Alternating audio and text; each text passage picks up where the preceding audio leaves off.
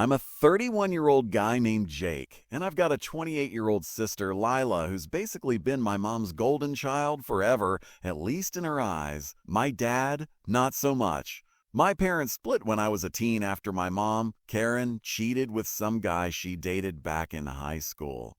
She's always been controlling, manipulative, and honestly a bit full of herself. Lila's her little shadow, practically a carbon copy.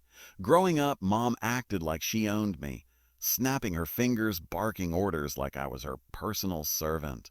It was humiliating, and Lila always had her back. So when my parents divorced, I chose to live with my dad, Tom, full-time. Lila stayed with Mom, and the two of them were like peas in a pod, barely talking to Dad unless they needed cash. I take after my dad. He was a practical, business-minded guy who taught me his trade, carpentry, starting when I was 16. I got pretty decent at it, and after working with him for over a decade, he made me a partner in his small construction business. Life was good until about 9 months ago when everything flipped upside down. Dad had smoked heavily for years, which left him vulnerable, and he passed away at 61 after catching a bad virus. It hit me hard.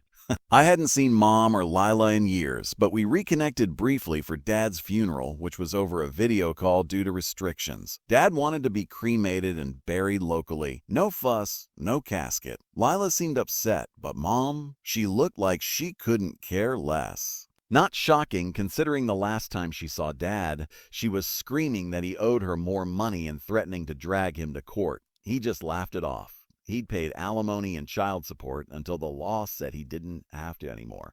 Plus, he'd tossed $25,000 into Lila's college fund. Mom wasn't struggling either. She's had the same office job for over 25 years, owns the old house we grew up in outright, and rents out spare rooms online for extra cash.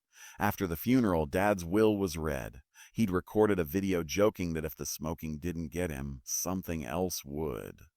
He left almost everything to me. His business, his house, most of his savings. Lila got a 2016 Toyota Corolla and $12,000 in cash. Mom got $1,500 and a few random things she'd been nagging about since the divorce. That was it. My girlfriend Sarah moved into Dad's house with me, and we've been making it our own. Lila, meanwhile, had coasted since finishing a couple years at a local college. She'd been living with her boyfriend Max, working odd online gigs part-time. A while back, she had a miscarriage that really shook her up. I only found out after the funeral since we barely talked.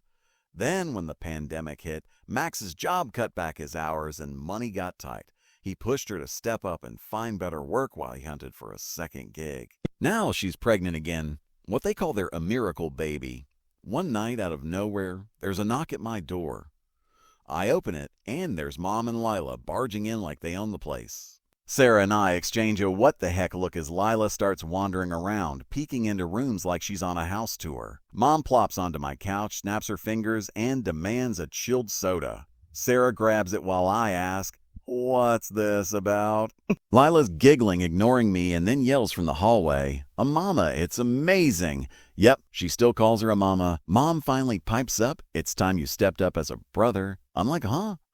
She launches into this speech. "Since your father's gone, this house should have been mine. I was his wife after all. But you can fix that. You've got money, Jake. Buy yourself a new place. Lila needs this house more. She's got a baby coming.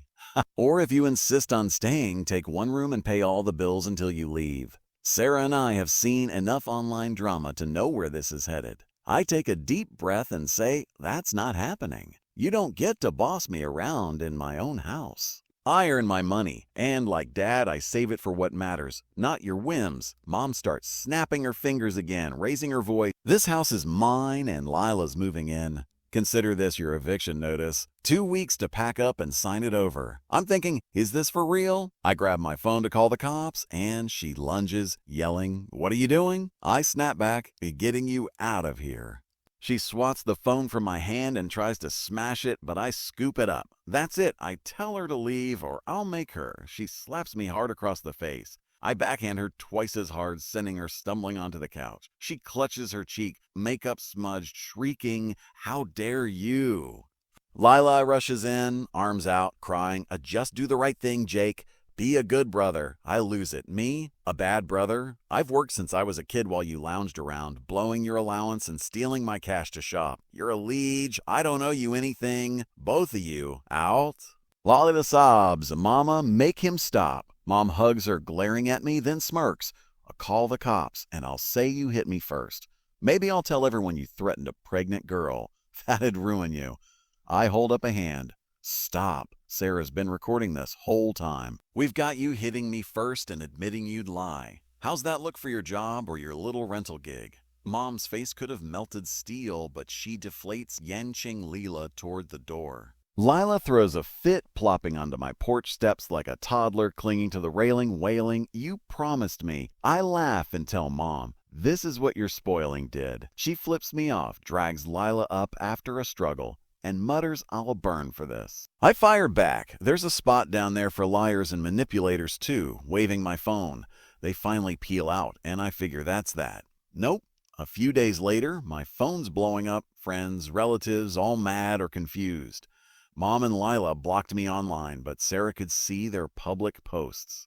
They're calling me a selfish jerk who bribed Dad's lawyer to steal Lila's rightful inheritance. Total nonsense. I call my lawyer, Dad's old buddy, and send him the screenshots in Sarah's video. He drafts a cease and desist letter sent express with a signature required.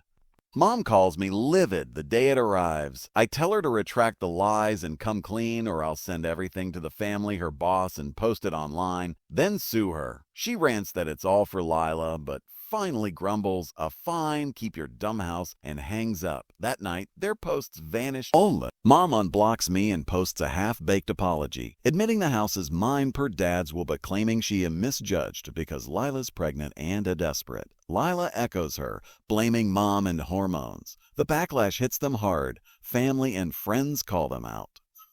I get apologies from some who bought their story, mostly Mom's relatives. Dad's side never believed her. Lila and Max move into Mom's basement to save cash. She won't give up her rental income, and Lila whines online about it. Mom's gone quiet after the mess she made.